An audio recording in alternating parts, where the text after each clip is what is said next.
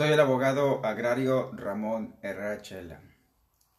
Para cuestión de algún punto de vista, alguna asesoría respecto al tema que se abordará hoy, dejamos a sus servicios el WhatsApp 6691 13 70 43. Repito, 6691 13 70 43. Agradecemos en verdad tus likes, tus me gustas, tus reacciones, tus preguntas, tus dudas. Este espacio lo estamos de alguna manera familiarizando a nivel nacional. Es un reto complicado porque pues hay muchos Méxicos, por así decirlo, en uno solo, pero con la tolerancia, con el respeto, lo estamos consiguiendo. Y eso también es para la invitación a la crítica severa. Nada más háganlo pues con respeto. Si tú tienes alguna experiencia que pueda complementar alguno de los puntos que se van a abordar, también va a ser valioso que lo compartas. Desde luego, los saludos, que son esa motivación, esa porra que nos alienta a seguir grabando. Y si ves este video en YouTube, pues inscríbete en el canal para que oportunamente te avisen de los nuevos temas en automático. Las opiniones que voy a vertir son a título personal como abogado. Es un tema hoy complejo y con varias situaciones que varían de un punto a otro sobre el mismo tema. Nos espera una interesante plática y vámonos poniendo en contexto. Es importante que tengas en cuenta la cuestión de la ley agraria vigente. Son 37 artículos que tratan la cuestión de la justicia agraria contra 2.200 tesis aisladas y algunas jurisprudencias. Sí, dije 2.200. De ese tamaño está desfasada la ley. En un inicio, cuando la leía, en verdad que me quedaba con más dudas de las que tenía originalmente antes de iniciar a leer la ley, analizarla. Nació incompleta y por desgracia pues actualmente está rebasada, está viviendo tiempo extra. Y esto lo comento porque va a salir a relucir en la plática de hoy. El tema ganador, y se consiguió gracias a ti el margen mínimo de votación, de hecho lo superó, casi lo duplicó, es: ¿puede quitarme tierra la asamblea ejidal o comunal?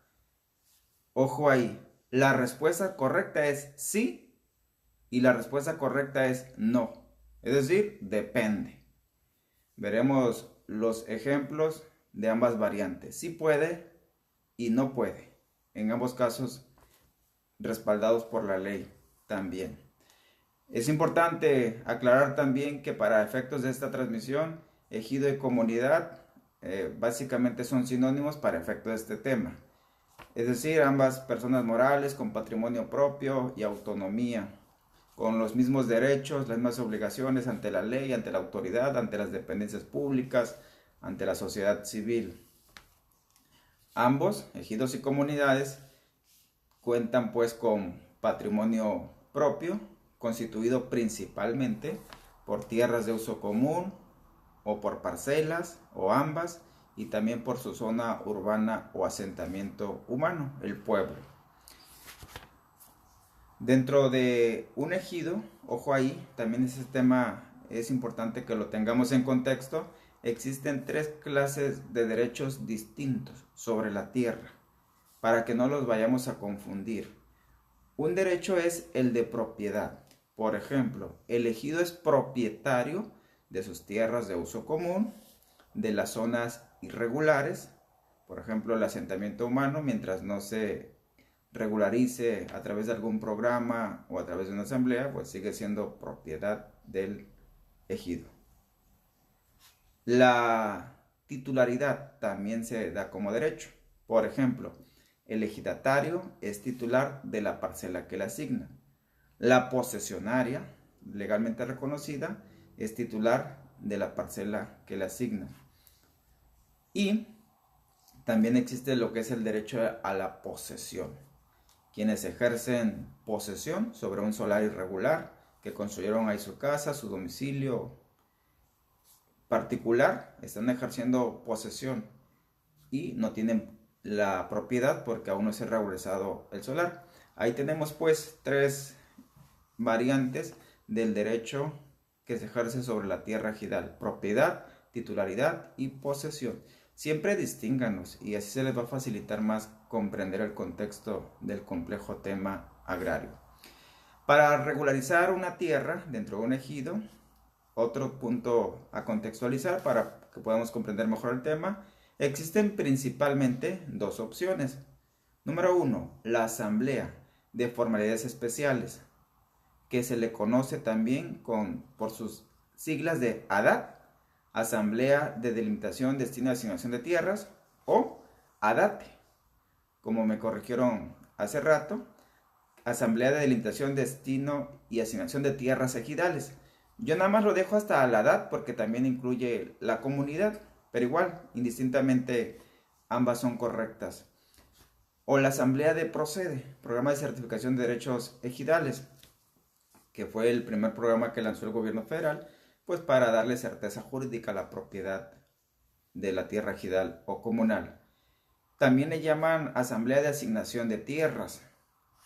Después vino otro programa que se llamó FANAR, Fondo de Apoyo para los Núcleos Agrarios sin Regularizar, y actualmente está vigente el Programa de Regularización y Registro de Actos Jurídicos Agrarios, RAJA, por sus siglas.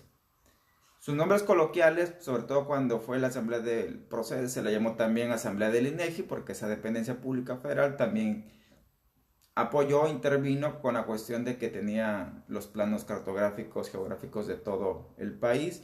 La llamaron también Asamblea Dura, porque una vez que se celebra y se cumplen los 3 meses, pues ya queda firme y es muy complicado que se modifique. O asambleas pues de repartición de tierra. Todos esos sinónimos tienen la asamblea que se encarga pues de delimitar y destinar y asignar tierras dentro de un ejido o comunidad. La otra opción, la opción B, para regularizar las tierras, es a través del Instituto Nacional del Suelo Sustentable, INSUS, que está sectorizado a la SEDATU, lo que antes era CORED. Entonces nos vamos poniendo en contexto y por ahí vamos ya de entrada a fondo con el tema. ¿Puede quitarme tierra la asamblea ejidal o comunal? Tomemos en cuenta los factores que acabo de mencionar. Vamos primero cuando no puede.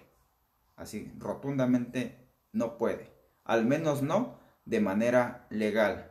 Y es cuando la parcela o el solar ya están titulados a favor de una persona, ya sea vía ADAT, Asamblea de Delimitación, Destino y Asignación de Tierras, ya sea por un contrato de enajenación onerosa o gratuita, ya sea una sucesión testamentaria, intestamentaria, hecha por lista de sucesión, por testamento público abierto, ya sea por sentencia, pero ahí está el certificado o el título de propiedad a favor de una persona. Y el titular tiene el derecho exclusivo sobre su tierra, sobre su parcela, sobre su solar, sobre su lote. Y ahí, por ley, la asamblea no puede disponer. Lo señala de manera expresa la ley agraria, que nada más el titular de la parcela puede disponer de ella. Y aunque existiera un motivo que lo justifique, por ejemplo, que la asamblea, el comisariado determinaran que la parcela de la mujer, la parcela de la juventud, la parcela escolar está muy retirada del pueblo, que la van a cambiar por otra que está más cercana, no puede. La parcela con la que pretenden intercambiarla ya está asignada a favor de una persona y no puede. Y que conste que a veces lo han intentado, aún con el consentimiento del titular. Todos están de acuerdo. La asamblea, el comisariado, el titular, y ni aún así, porque eso implica modificar la asamblea de la edad de procede. Por regla general, tal vez exista algún magistrado o una magistrada flexible que sí lo autorice, pero esa sería la excepción a la regla. O otras veces quieren construir un camino, una servidumbre de paso, un canal de riego, un callejón, y tampoco puede el ejido quitarle una fracción a una parcela o desaparecerla para convertirla en un espacio público. Ojo ahí. Si lo intentan, el perjudicado, el inconforme, el titular, puede demandar al ejido, a la asamblea, al comisariado ante el tribunal agrario.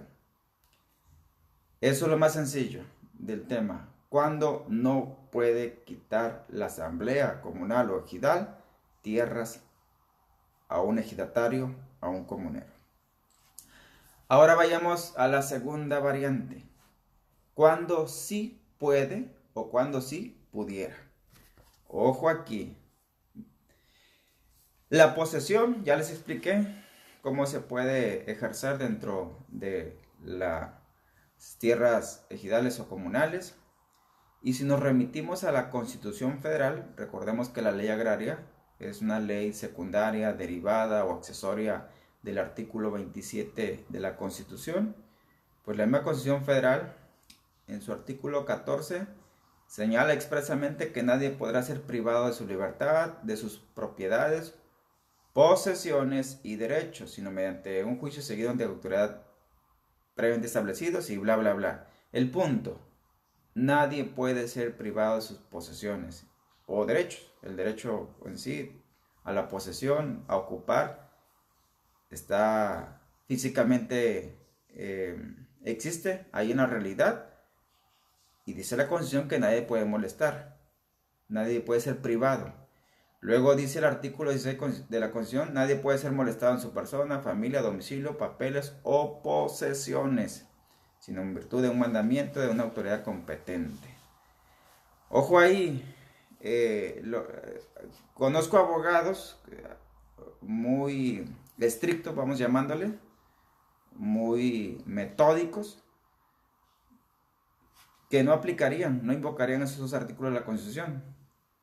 En mi opinión, sí aplica, porque esos dos artículos no condicionan, no limitan, no excluyen. No dice en ninguno de sus apartados, en ninguna de sus tesis que lo pudiera interpretar, que no aplica en lo agrario. Entonces, la Constitución en ese sentido, en esos artículos, protege dos cosas. Primero, la posesión. Y luego, pues, tu legítimo derecho a defender tu posesión. No significa que porque la Constitución diga que te reconoce la posesión o que reconoce el derecho a la posesión y que reconoce tu derecho a defender tu posesión, no significa que en automático la tierra ya es tuya, que en automático la vas a ganar en un juicio o que la vas a convertir en propiedad privada. No significa nada de eso. O que no te la van a privar o que no te van a estar molestando. Pero ahí está, literal. Y la mayoría de las posesiones que se ejercen dentro de las tierras ejidales, la mayoría son irregulares. A veces incluso hasta en la condición de precarias, que no se cuenta en situaciones extremas con algún documento, algún contrato, alguna constancia, algún acta, con la que ampare, con la que justifique, con la que acredite el derecho a la posesión.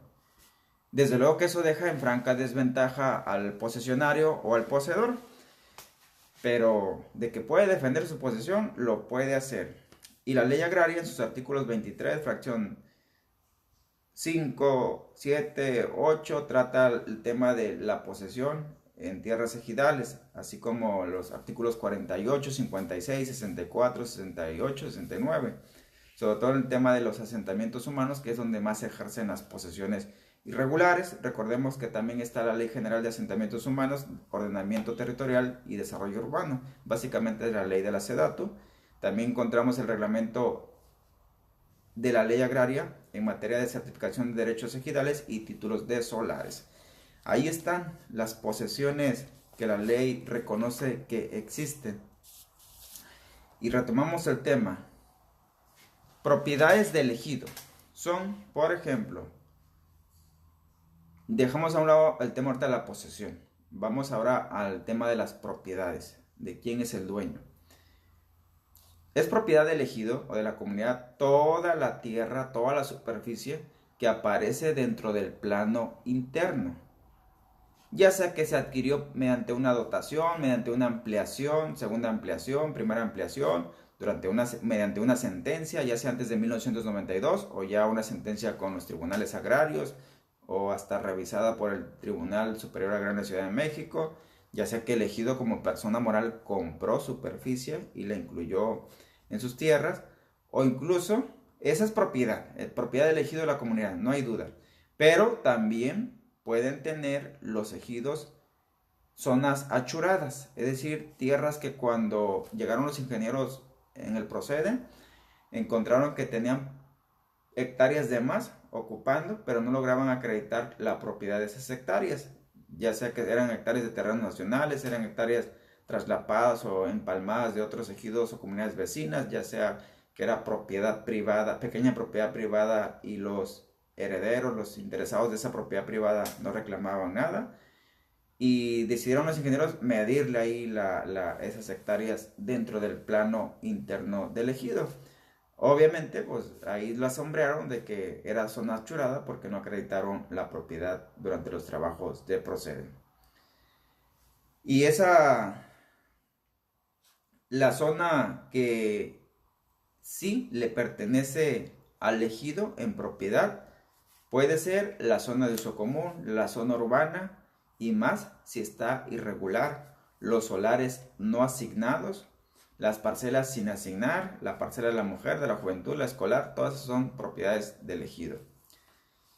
Y si alguien, una persona, sea ejidataria o no, solo, únicamente detenta o tiene la posesión, ya sea reconocida por asamblea, por algún contrato, por alguna constancia, pero esa posesión no está titulada, es decir, el solar no tiene título de propiedad, la parcela no tiene certificado parcelario, la posesión no hay duda que es irregular. Y si de plano no tiene ningún documento, es precaria. Ahí está, físicamente viviendo en el solar, pero pues dice él que le regalaron de palabra, que le compró de palabra. Es decir, súmale a empeorar la situación de que no tiene ningún documento para ampararse, para justificarse. ¿Y cómo lo adquirió? Pues dice que de palabra.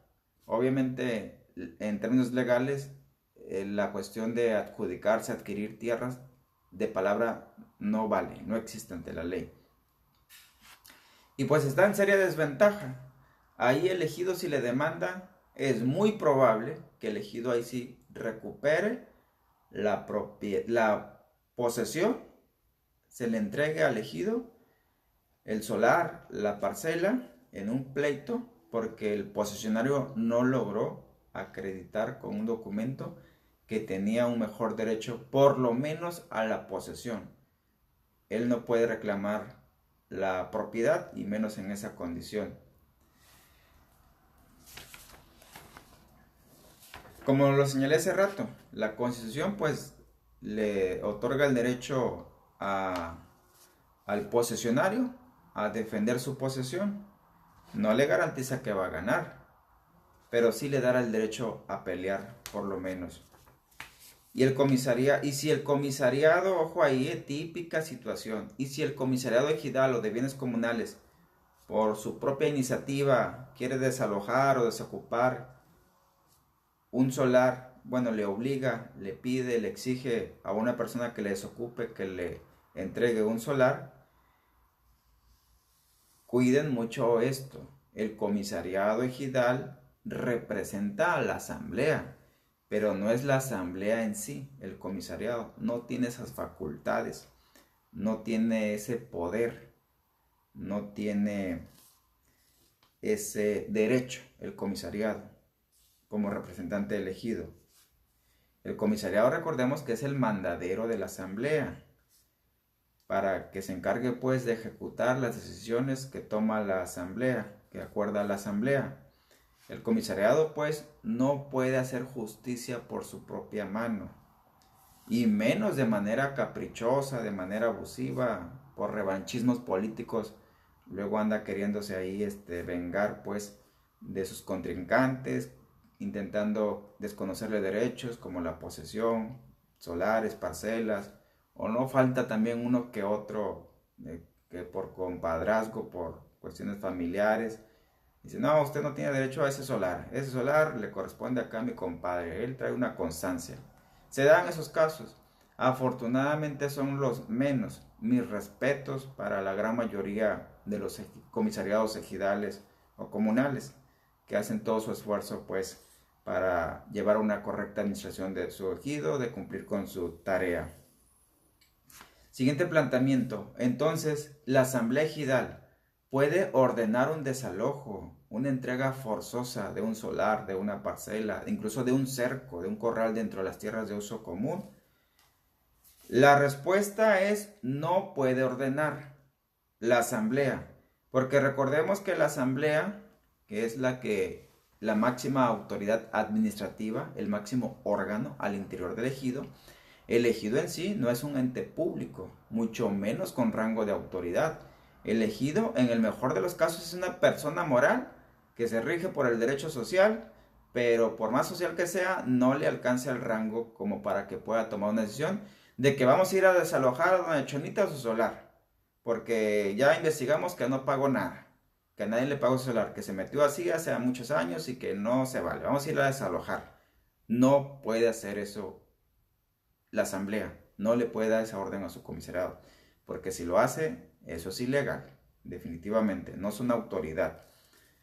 No pueden actuar pues con arbitrariedades, no pueden actuar, de hecho, la asamblea manipulada, porque en ocasiones también suele suceder de que los líderes sociales, los líderes políticos, los líderes morales, los caciques que en ocasiones existen en los ejidos, pues toman sus decisiones y manipulan a la asamblea para que voten en tal sentido. Y por ejemplo, de que vamos a desalojar a don Pancho ahí de su parcela porque la vamos a ocupar para construir un canal de riego, para hacer un camino, para hacer una cancha. No puede hacer eso. Porque, como lo señalé hace rato, si la parcela o el solar ya está asignado, aunque sea en posesión y está la constancia en un acta de asamblea, la asamblea no puede así nomás porque sí desconocer sus propios acuerdos tomados con anterioridad. No es un juego. Si la asamblea considera que hay que recuperar ese solar, esa parcela, hay que acudir ante las autoridades. Por ejemplo, se puede acudir en primera instancia ante la Procuraduría Agraria con fines conciliatorios. Si no es posible una conciliación, pues ahí le asignan abogados y vamos a pelearnos al Tribunal Agrario. Y lo planteo así porque a veces la asamblea se equivoca, aunque no esté manipulada, se equivoca. Porque a veces pues están mal informadas, mal asesoradas y votan por mayoría acuerdos que les van a perjudicar a la larga. En ocasiones suele suceder eso. Y pues también no falta que cuando se andan peleando ahí los familiares, un solar, un comprador y un vendedor, una parcela irregular, que luego la asamblea o el comisariado saca la consigna de que si no se arreglan, les quitamos la tierra, el solar, la casa, el terreno, el predio. Eso también es ilegal, por lo mismo. De entrada, si ya hay una pronunciación anterior por parte de la asamblea, no puede. Y aunque tenga la pura posesión precaria, tampoco pueden. Si lo van a ir a desalojar, desocupar, es una autoridad la que se tiene que encargar de eso. Y ojo ahí, también abro un paréntesis. A veces pasa al revés. A veces no falta algún aprovechado, un vividor, pues, que se quiere quedar con tierras que no le corresponde, que francamente no tiene razón de ser, que así nomás por sus pistolas o a la brava va y se mete al solar, a la parcela, al uso común. Y pues ahí también, para eso están las leyes, para eso está el Tribunal Agrario, para meter en cintura también a esa clase de personas problemáticas que nunca falta uno en un ejido o una comunidad. A este tipo de situaciones, el Tribunal Agrario, como única autoridad agraria, por cierto, es quien va a tener la última palabra. Es a quien va a ir a meter en cintura el Tribunal Agrario en su sentencia. El Tribunal Agrario, en dado caso, se va a pronunciar sobre quién tiene el mejor derecho a poseer un solar, una parcela, unas hectáreas dentro de la zona de uso común. Pero la asamblea por sí sola no, el comisariado por sí solo tampoco. Eso es lo que quiero que quede claro en esa transmisión. Y tampoco olviden cuando estén en conflictos por cuestión de posesiones que quieren desalojar o parcelas asignadas. Incluso a veces da la variante que la parcela se la asignaron a doña María pero no estuvo ni en la asamblea de Procede. Luego, pero quien la está ocupando es don Pedro. Y la asamblea dice, no, pues la parcela es de doña María. Y malamente la tiene don Pedro. Vamos a sacar a don Pedro. Pues don Pedro tiene derecho a defender su posesión. Es a través del tribunal donde sí pueden desocuparlo, desalojarlo, desposeerlo, quitarle pues la parcela. Otras veces pues también hay que valorar si existen constancias de posesión. Y ante problemas de constancias de posesión, una constancia y un acta de asamblea, un contrato y un acta de asamblea, una constancia, constancia de posesión contra un contrato, en fin, hay varias variantes ahí, hay diversas variantes por barajear. Todas esas variantes definitivamente deben de ser llevadas al tribunal agrario y que gane el mejor. Ya el tribunal agrario como autoridad va a valorar si el que es el primero en tiempo es primero en derecho, si la constancia aquella sí está ratificada ante notario público y esta reciente no, si esta la aprobó la asamblea durante su celebración y quedó asentada en un acta y estas constancias no. En fin, todos esos detallitos se van a valorar pero ya dentro de un juicio. Y ojo ahí, si es a ti a quien te van a demandar, o eres tu colega quien está planteando un caso que todo apunta que te van a demandar al cliente, más vale que te adelantes si son cuestiones de posesión, porque aquí aplica la regla del boxeo, el que pega primero, pega dos veces. Es decir, si tú te adelantas y demandas al comisariado, a la asamblea, al ejido, según quien haya acordado o ande rumorando que va a desalojar a tu cliente, el hecho de que tu cliente presente la demanda y deje clarito, evidente, que es quien tiene la posesión en ese momento y desde hace cuánto tiempo, ya con eso le inviertes la jugada al comisariado, al ejido o a la asamblea de que ahora ellos prueben de por qué, o a otro particular también, a otro ejidatario, otro comunero, a una empresa, en fin, que prueben que tienen un mejor derecho a poseer el solar, la parcela, la fracción, un corral, un cerco dentro de las tierras de uso común. Esa ventaja pues puedes obtener. ¿Y qué puedes demandar ante el Tribunal Agrario ante ese tipo de escenarios? Pues de entrada, cuando todavía no te desalojan, cuando todavía no te sacan de la tierra, no te desposeen, no consiguen que desocupes, tú debes de demandar, pedir como principal pretensión en tu escrito inicial de demanda, actos de perturbación y molestia. Es decir, que andan ahí molestándote en tu domicilio, en tus tierras, de que desocupes, de que entres, que ahí no es tuyo, Eso es lo que debes de demandar.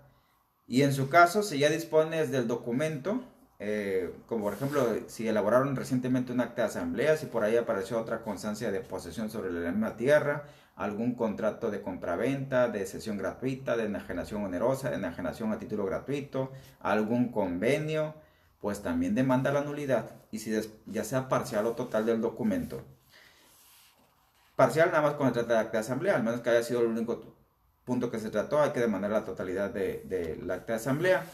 Y si cuando presentas la demanda todavía no estás enterado de la existencia, o si sabes que se celebró, pero no tu cliente o tú no tienes a la mano ese documento, pues en cuanto lo hagan llegar, por ejemplo en la concesión de la demanda, ahí tú tienes que ampliar tu demanda inicial o tu demanda principal e incluir la nulidad pues de esta clase de documentos. Y si acaso se te adelantaron y te demandaron a ti o a tu cliente,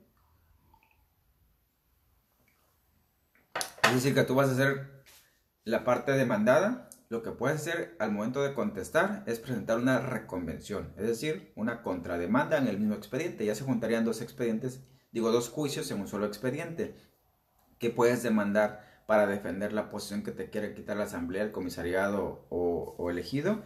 Pues puedes demandar el mejor derecho a poseer ese solar, esa tierra. Puedes demandar el mejor derecho a seguir poseyendo, si todavía no han logrado desalojarte, desocuparte. Y de paso también, esto aplica desde luego para las posesiones irregulares, esas que no han sido reconocidas por ningún medio, ni por la asamblea, ni ante notario, ni por contrato, mucho menos por tribunales agrarios. Y también de paso demanda y pide el dinero, que te devuelvan el dinero, obviamente a quien se lo entregaste, de lo que te costó esa tierra al precio que te la vendieron, los gastos sobre las mejoras que le has hecho a esa tierra, no vaya a ser que el Tribunal Agrario sí te condene a la desocupación y pierdas lo invertido, lo gastado en las mejoras y hasta la posesión. Yo siempre valoro eso cuando me están planteando un caso que encaja en una de estas variantes que estoy compartiendo. Y ojo ahí, en esta clase de demanda, cuando estés defendiendo una tierra que te quieren desposeer, desocupar, sacar, desalojar, como le quieras llamar, cuida mucho la buena fe de los actos. Tu ejidatario, ciudadano que me estás escuchando, usted colega que me estás viendo, cuida mucho de que tu cliente le prueba al tribunal que todo lo adquirió de buena fe. Porque aunque no lo creas, el tribunal se va a fijar mucho en eso al momento de dictar sentencia definitiva. ¿Quién está actuando de buena fe y quién está actuando de mala fe? Porque recordemos que aquí prácticamente es un pleito de posesión. Me ha tocado conocer varios asuntos donde pues ya me contactan después de que concluyeron el juicio, después de que el tribunal ordenó la desocupación, la entrega de solares que valían más por lo que está construido, de locales comerciales que valen más por el valor físico que el suelo en sí, de parcelas que le hicieron muchas mejoras, pero que al abogado o la abogada se le pasó pedir que le devolvieran por lo menos el dinero más intereses legales, más gastos de mejoras que se le hizo, claro, siempre y cuando lo acredites, y que esos gastos, esas mejoras, esa compraventa fue de buena fe. Cuida mucho la buena fe. Es más, yo creo que fácil sale un libro acerca de la importancia de la buena fe en actos agrarios como de esta naturaleza. Y el Tribunal Agrario por excelencia es la principal autoridad para ese tipo de problemas. Sí puedes acudir ante autoridades penales, siempre y cuando se desprenda algún delito, pero que sea muy evidente. Por ejemplo, el fraude o los daños, la violencia, esos sí son delitos. Y de hecho puedes ejercer tanto la denuncia al Ministerio Público, la querella al Ministerio Público y la demanda ante el Tribunal Agrario. De manera simultánea lo puedes hacer. Eso sí, separa muy bien qué se va a cocinar ante el Tribunal Agrario y qué se va a cocinar aparte o por separado pues ante el Ministerio Público, ante el juez penal. De hecho, de entrada las autoridades penales no quieren saber de los asuntos agrarios, por lo complicado. O sea, nosotros los agraristas, mira cómo está todo este enredo debido a que la ley agraria está rebasada, está incompleta. Ahora imagínate a los ministerios públicos o a las autoridades penales buscándole pie o cabeza a un asunto agrario de esta naturaleza.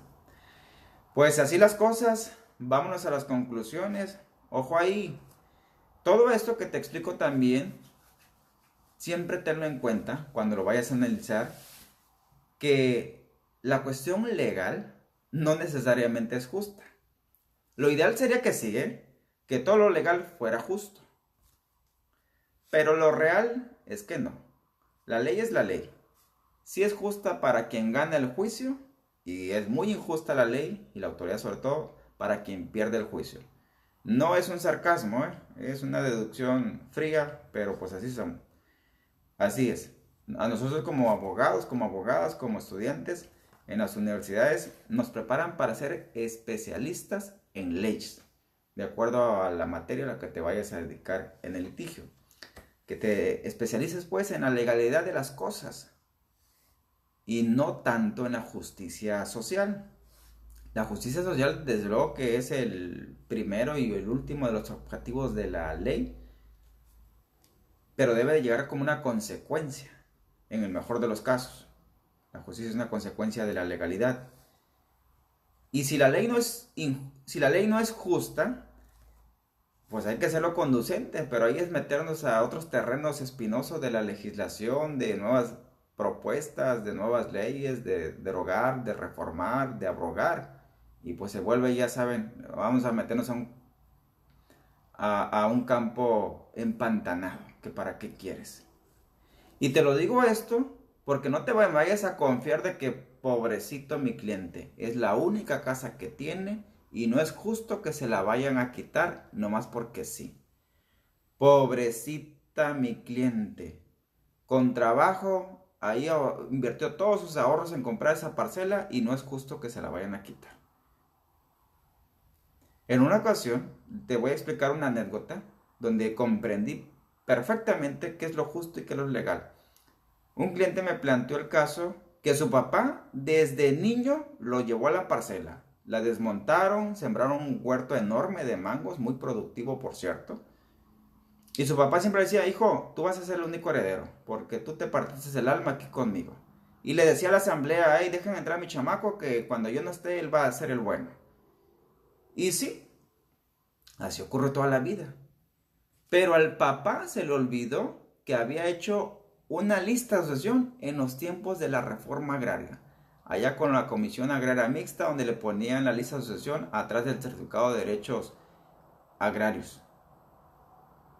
Fallece el papá, viene el hijo que le dedicó toda su vida literal a la parcela y que la seguía trabajando aún después de que fallece su papá. Le dice, vamos a tramitar la asociación y bla, bla, bla, bla. Digo, ¿sabes qué? Vete al RAN, tráeme una constancia de vigencia de derechos.